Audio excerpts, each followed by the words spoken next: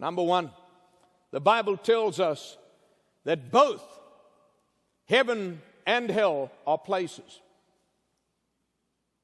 They're real places, folks. In Luke chapter 16, Jesus told the story about two men.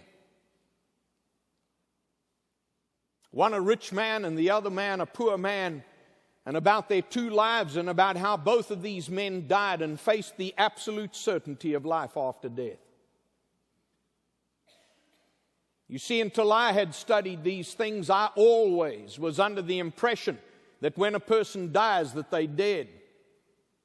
The Bible says not a single person who's died is dead. Eternity is real. And both heaven and hell are real places. Jesus said it. One man died and he went to hell. The other man died and he went to heaven. The Bible uses many different terms to talk about hell.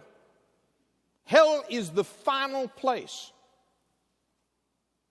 That's what the Bible talks about in the book of Revelation. Hell is the final place. The Bible talks about the abyss, about Gehenna, about Hades. And if we had time today and for me to be able to describe these things to you in our Bible studies, you'll learn about them in your life groups next week. But hell is real. Jesus said so. All across the world today, people are trying to get us out of hell. People write books. Everywhere in the world today, preachers are standing in pulpits and will not talk about hell in case it offends somebody. But hell is a real place, my friend. I don't like it. Least of all do I like preaching about it. But I'm so happy to tell you that just as real as hell is, heaven is equally real. It's a place. Jesus said, I'm going to prepare a place for you. And in this place called heaven, there are many mansions. It's incredible. In fact, when Jesus taught us to pray, he began his whole prayer by pointing us to heaven. Our Father who art in heaven. Heaven is a wonderful place. We've read somewhat about it today, but it's real. Oh, I can tell you what I believe the Bible teaches. I believe, according to the book of Revelation, that following the great white throne judgment, as John tells us in the Revelation, that the new Jerusalem will come down out of where we know heaven is right now. We know that heaven is up there. We know that heaven is up there. Right now, while we're alive, we know where heaven is because God is up there, and Jesus affirmed that because when he ascended, he went up into heaven. And in fact, his disciples stood around and they looked up. Jesus went up. He didn't go down. He went up. And the angel came and affirmed that, said, why are you standing there looking up? Because the same Jesus who went up to be seated at the right hand of the Father is going to come back down. Well, in Revelation chapter 21, God comes down out of heaven back to this earth.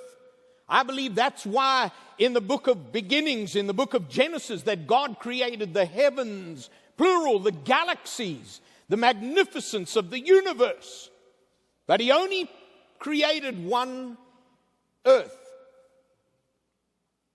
And on that earth he placed the Garden of Eden, this perfect place where God came and walked among man, and then man sinned, became separated from God, and from that moment on we read he died, she died, he died, she died, and man from that moment began to soil and spoil God's beautiful creation, accepting that God from before the foundation of the world had his master plan for the redemption of mankind, that we through Jesus Christ might become recreated, remade, and rejoined, reconciled to a holy and a righteous God.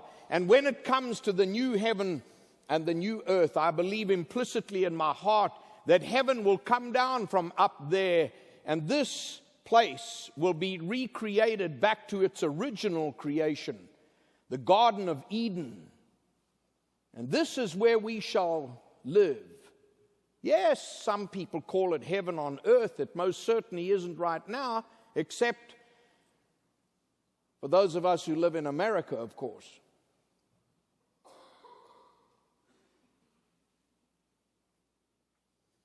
Bible says both are places.